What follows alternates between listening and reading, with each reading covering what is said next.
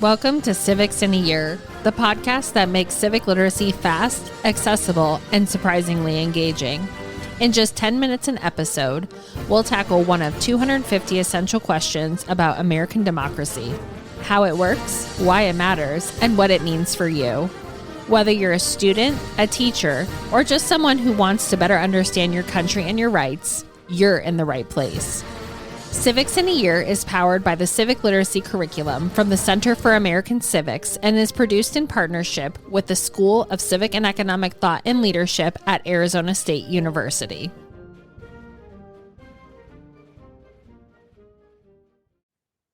All right. Welcome back to Civics in a Year. I'm back with my civics homie, Spencer Burrows. And if you have not listened to our episode on the emergency/shadow docket, it was right before this. Highly suggest. It is always fun to chat with a fellow Supreme Court junkie, nerd, whatever we want to call ourselves. So Spencer is back with us.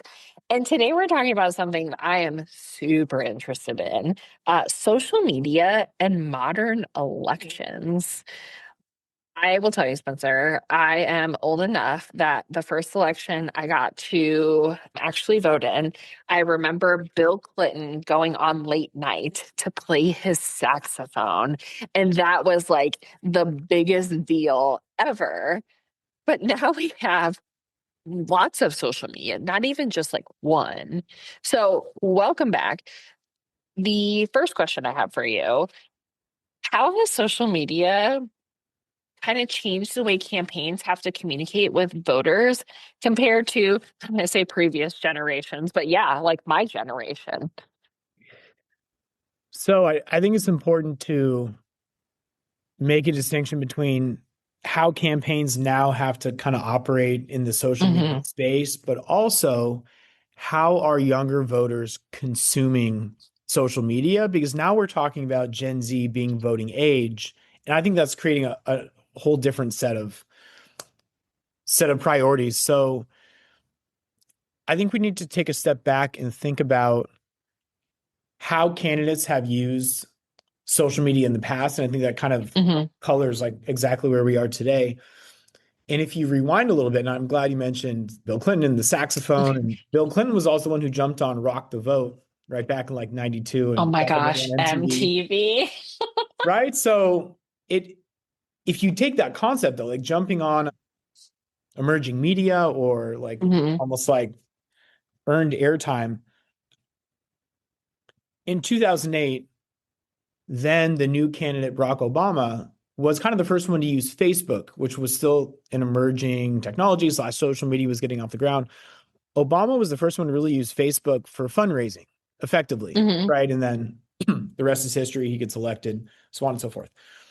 Trump in 2016, he was the first to use Twitter as a direct communication with voters. And when you think about that, that is kind of radical to the extent that before, all the candidates' messaging on the campaign trail was filtered through the news media, right? They were on talk shows, or the news reporters from a major outlet would go to a rally and they'd interview people. You'd buy airtime, right?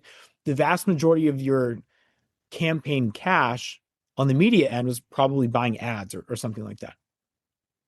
When Trump jumped on Twitter, he just bypassed that entire system. Now he was messaging directly to the people, and that was very effective for him, right?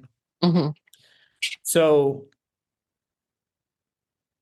while we're sort of talking about Trump, him campaigning for his current seat, he also pretty successfully jumped on all these different podcasts, right? And it's hard to quantify because we can't really attach numbers to it, but going on a wide array of podcast hosts like Theo Vaughn, Joe Rogan, so on and so forth, I think you could argue that exposed them to all these different audiences, maybe captured some voters who are not political junkies internally online, but they showed up to vote and they did that anyway, right? Last but not least, in the New York City mayoral race that recently happened, Zoran Mamdani, who ended up winning, used TikTok videos very effectively. And that could be a product also of, you have to look at that electorate. We're talking about New York City. We're talking about maybe as compared to other areas, a younger electorate who is online, who's on social media. So all that said, I think his use of TikTok caught the attention of both Republicans and Democrats, thinking like, well, how are we going to use social media in the next election, whichever one that might be? And this guy did it really well with TikTok, and maybe we need to figure out how to do that too. It's funny because you talk about the mayoral race. Like I can hear some of the songs that were created because my daughter is on TikTok. And it is interesting, like even it feels like, and I don't know if this is factual, but it feels like, when Kamala Harris and Donald Trump went on podcasts, like this is again a new like campaign strategy. So what role do you think algorithms and platform design play in shaping political information and political opinion during elections? Something we've seen more and more, and again, I can't quite attach numbers to this, but Mhm. we are aware that the social media algorithms seem to drive, at least in part, on outrage. And I don't want to just make it sound completely dark, but the more outrageous a video is, the more it seems to catch fire on social media. Yes. So if we're going to try to transplant that over to the political realm, videos and messages that sound outrageous of some sort, those are the ones that are really catching on.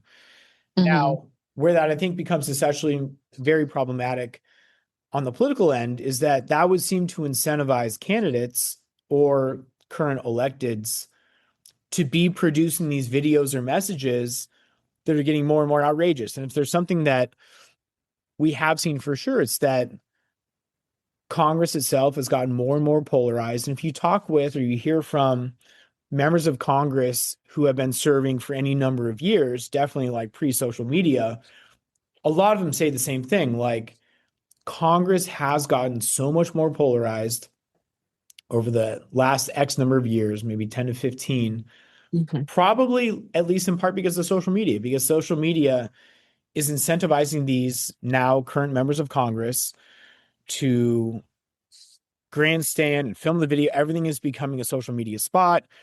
Walk by the Capitol most days of the week, and you will see somebody on the Capitol steps filming a video of some sort, ranting about something, right? Like that's Hmm. becoming more commonplace, almost the rule rather than the exception. So I would say that's a negative incentive that's now being pushed by social media. Isn't that called rage bait? Right, to get people to comment and to kind of engage with it. Because if I'm if I'm scrolling, let's say, and I see a video of a golden retriever, which is pretty much my entire algorithm, if we're being honest, because I have a golden retriever, like I'm not really likely to comment on it. I might like it because it's adorable and cute, but then on the other side of it, if they're talking about a sports team I really like, right? Right now, we're in the WNBA season, right? If we were in college football season, it'd be a different story. But if somebody posted something, hateful against a team or a player that I liked, I'm more likely to comment because I want it. Like there is that. So it is interesting how rage bait has kind of become a political campaign strategy because it has had to, because that's how you get views, that's how you get people interacting with it. It's really interesting. So if we're talking to educators, then how can educators help students evaluate this like political content, misinformation, and sources that they find online? Because we know that like looking at TikToks, like you only have like 5 seconds really to get those. Because the honest thing is like kids aren't listening to the Joe Rogan podcast, or Kamala Harris was on Call Her Daddy. Kids like, I don't know, high school students are listening to that, and maybe they are, and hopefully they're listening to this. That would be awesome. But they're really getting their information in these like quick bite-sized things. So how can educators help their students with that kind of media literacy? In our last podcast, you and I were discussing the court, and one of the recommendations I gave was that you need to go to the source. Like you have a question about Hmm. a case, actually read the case opinion or at least the the messages being put out by the court itself. As far as social media goes, and if we're talking about candidates, for example, in an election, my advice to students would be don't just stop at you saw a video about a candidate doing something or it was portraying a candidate a Mhm. certain way. Go back to that candidate site, read through it, pull up some of their messages and some of their videos, try to get a sense of where they're actually standing. Might be radically different than how they're being portrayed on social media or how some influencer or some personality is discussing that person, right? Like, as far as media literacy goes, you always have to diversify your sources. You never just rely on, even Mhm. if it's what we would consider trustworthy media, don't just listen to one opinion. Like really try to read deeply and get some different opinions at the very least. You mentioned like younger people, well, they're probably not listening to podcasts. True, at least not the ones that we listen to, right? However, I'm just going to use TikTok as an example. Their TikTok algorithm is getting completely filled by messages and people, often not the candidates themselves, talking something about politics. And I'll give an example. During the government shutdown last year, which was the big government news for Mhm. some time, one of my students in AP US government and politics found me on a Monday morning and said, "Oh my goodness, did you hear about the big thing that happened over the weekend?" And I was aware something had happened with the shutdown. There was some announcement. That's what I thought she was talking about. No, she had seen something on TikTok about some random school board meeting in Mobile, Alabama, that I don't even know what the issue was. In the grand scheme of things, it was so inconsequential, but it was outrageous and it was on the feed. Mhm.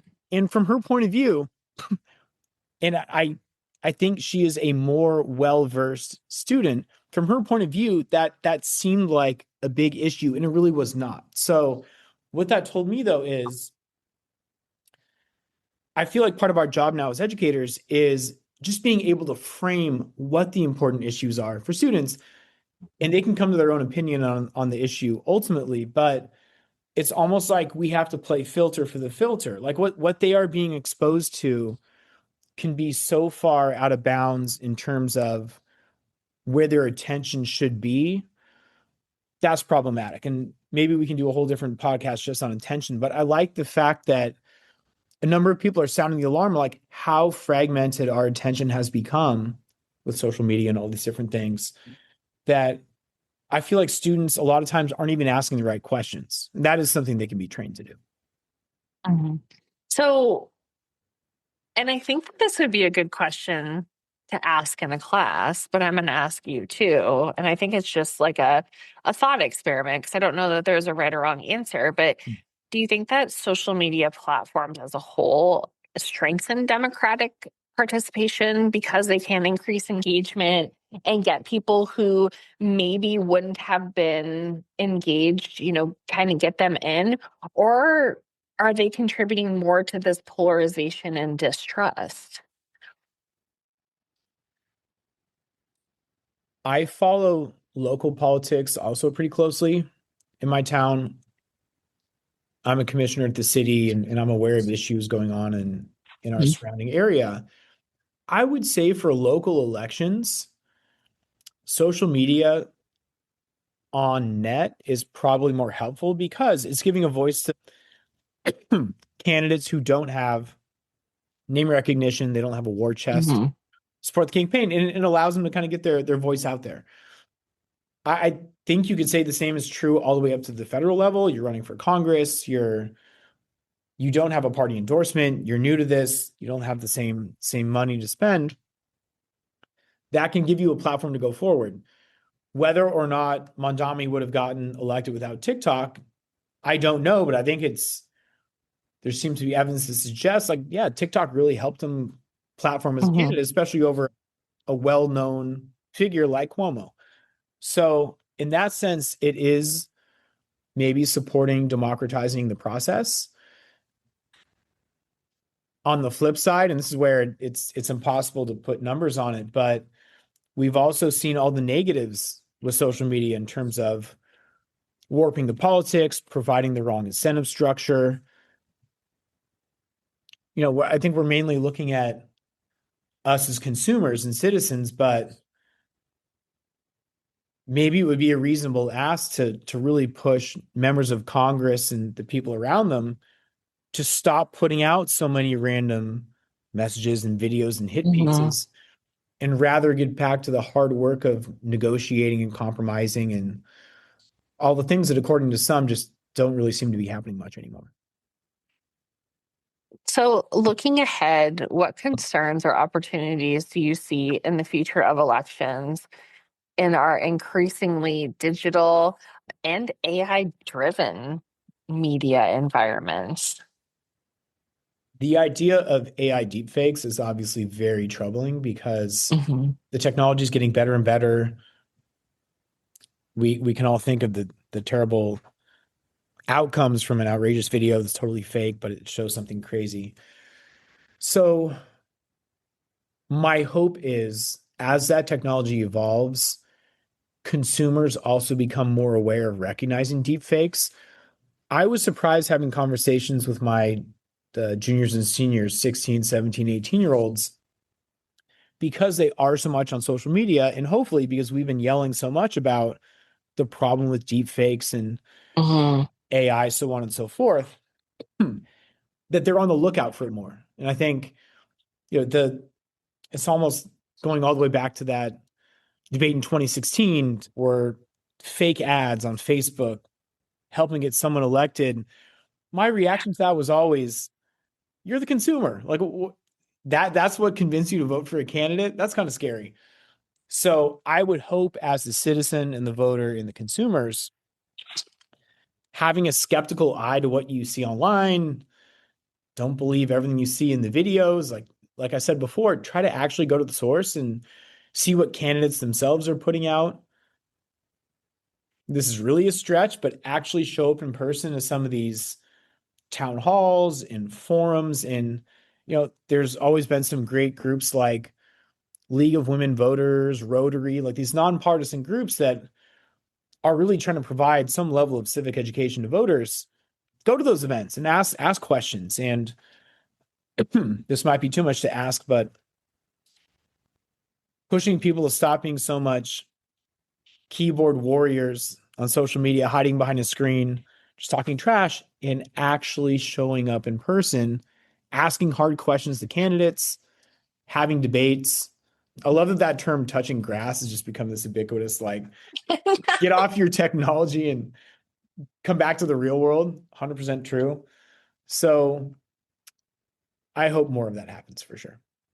Well, in conversations, and again, I think this might age me, and I'm okay with that, is I was always taught to have conversations, right? Like if you and I are having a conversation right now, even though we're a state away, you're in our neighboring state, but these conversations are important. And I think having a level of humility, that's what this podcast has taught me because I thought I knew a lot.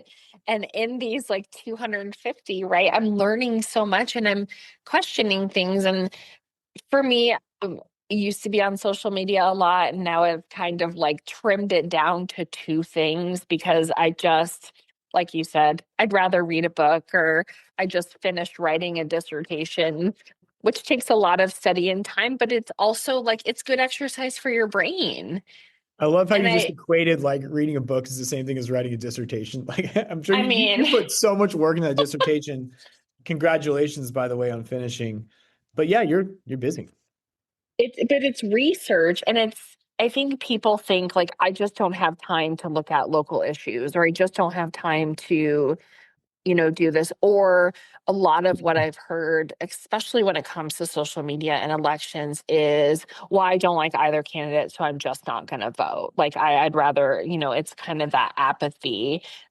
What are your hopes, though? First, like, let's end this on a positive. What are some hopes for that social media and elections? Because we've also seen some really cool things, like you said, the New York mayoral race. Like, when it's used in a positive manner, it can yield good things. I think greater interest, I know I'm preaching to the choir, but greater interest in civic issues is a good Mhm. thing. And if it's social media that is drawing in the younger voters, younger citizens, to be interested in the issues, well, I think that's a good start. And now they're somewhere in the ballpark. I've been telling my students, I think they are going to be a hot commodity for campaigns going forward, because all these campaigns at every level, president all the way down, are now all scratching their heads asking, well, how do we connect with younger voters? It's like the perennial question. I think these students entering college and maybe graduating college, they're the ones campaigns are looking to pick up, because campaigns want them as a social media consultant of some sort, show them how to film the videos and what platforms to go on, what influencers to collaborate with, so on and so forth. I think that's definitely an opportunity. I hope that social media continues to evolve in a more positive direction, at least as far as politics and candidates and campaigns go. I think the last couple, we'll just talk about presidential elections. I think the last couple of presidential elections, again, has highlighted how important social media can be. And I think with that increased focus, I'm interested to watch how the 2028 race starts to play out. I think once it starts gaining full steam after the upcoming midterms, how they're going to choose to leverage social media, how they're going to try to draw in younger voters. And I think because those younger voters are probably, for better or worse, still going to be terminally online for a while, well, they're going to be seeing it. So hopefully what they're seeing at least draws them in to ask those questions, to start to do some research, to have good discussions. You and I are always trying to think about like the ultimate positive end, but I do appreciate that civics education has taken the forefront in recent memory, because it is something that's very important. It sounds like people from all levels of all political stripes are now kind of beating the drum on, if civic ed has kind of fallen off in high school the last 20 years, it's time to bring it back. It's time to make it more of a focus. However that might look at different schools and districts and states, so on and so forth.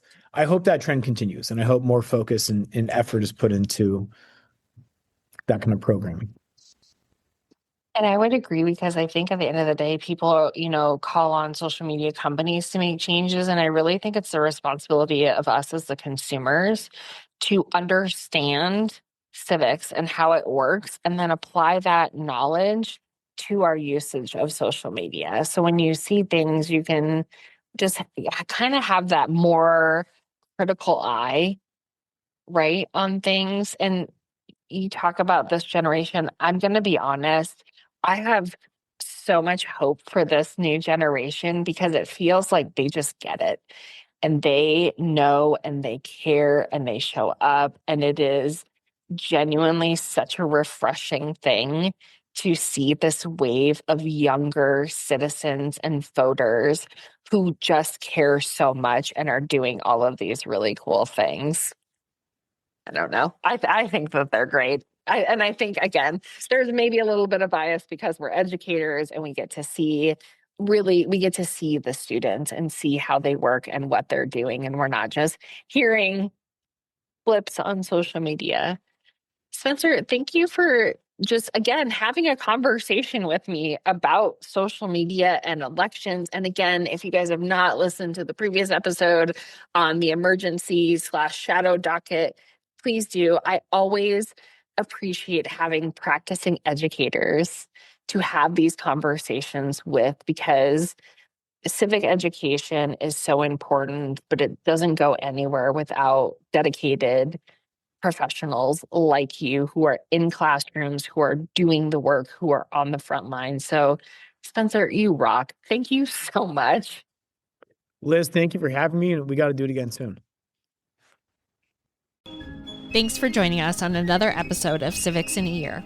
If you enjoyed this episode, be sure to subscribe and share it with someone who cares about a constitutional republic as much as you do.